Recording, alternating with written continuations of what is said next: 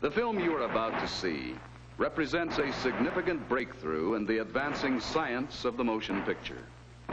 For years, the industrial film has been plagued by the always difficult, sometimes impossible to explain costs of original creative thinking in script preparation, photography, and editing. Now, at last, we are pleased to announce the elimination of these unnecessary irritants through the utilization of a hard-hitting, versatile, and all-encompassing film document, the first truly all-purpose film. You are about to witness history in the making. Hey, you. Who, me? Oh, no, not you. Pan me over, would you? And stop. You. Me? Yeah, what's your name? Billy. Do you want to learn about proteins, Billy? You mean how it helps build muscles and helps me grow up big and strong? No, the proteins I'm talking about is very small. It's made in the Gage Lab. Students study proteins every day so that they can understand how proteins relate to various diseases. They're working to cure diseases that you don't even know you have yet. Wait, what? Let's get started. Looks like the voice abducted another dummy for his science videos. This, Billy, is the Gage Lab, where we have all the tools we need for our scientific journey. Wow! What did we use first? Good question. The first piece of equipment that you'll be using, and I'll be observing from a safe distance in case something goes wrong, is called a DNA replicator. Like in Jurassic Park? Exactly, Billy, except it doesn't fill in dino DNA and let them take over a South Pacific island. Input specifications to copy your DNA. The device will manipulate temperature and BAM! All your DNA dreams come true, baby.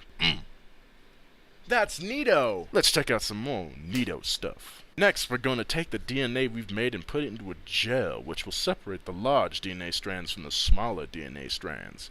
This allows us to take a picture of the gel and see what our DNA looks like. How does that gel with you, Billy? Fine. Do you see what I did there? Yep. Great pun. Well, yes. What's next? For this third step, we're going to take the DNA we created and combine it with bacteria. Gross. It's not gross, Billy. It's science. For the DNA to be transcribed to make a protein, it first needs the host bacteria to replicate it. And because bacteria can grow at different temperatures, we sometimes need to incubate our flasks so that we can make our bacteria grow and grow. Well, I still think it's gross. Well, you can keep your opinions to yourself because we're moving on. Now that we have our bacteria in our flasks, it's time to take them for a spin. In the car? No, my license was revoked. I'm talking about a centrifuge. What's that? It's a nifty device that's going to spin all of the bacteria in our flasks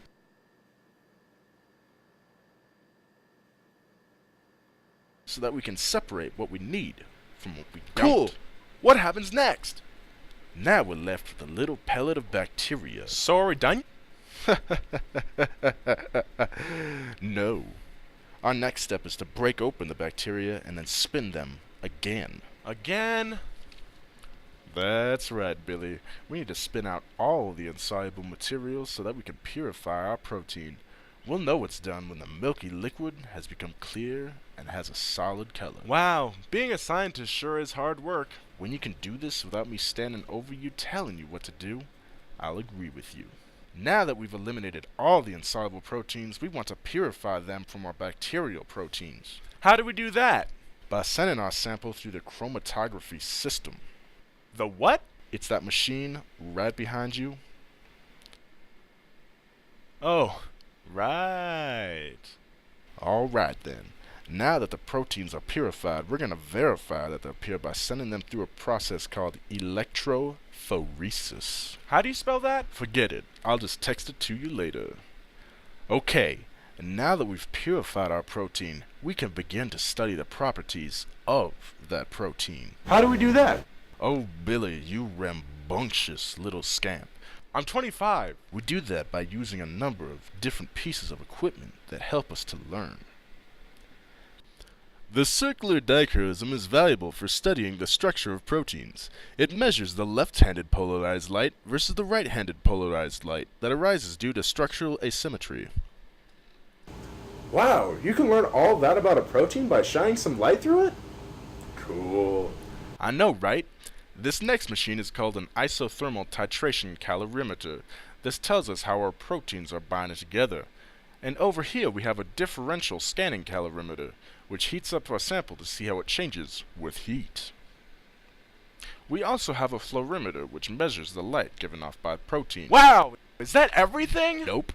There's still one more machine. It's called UV-VIS spectrophotometer. We use this machine to shine UV light through our protein sample.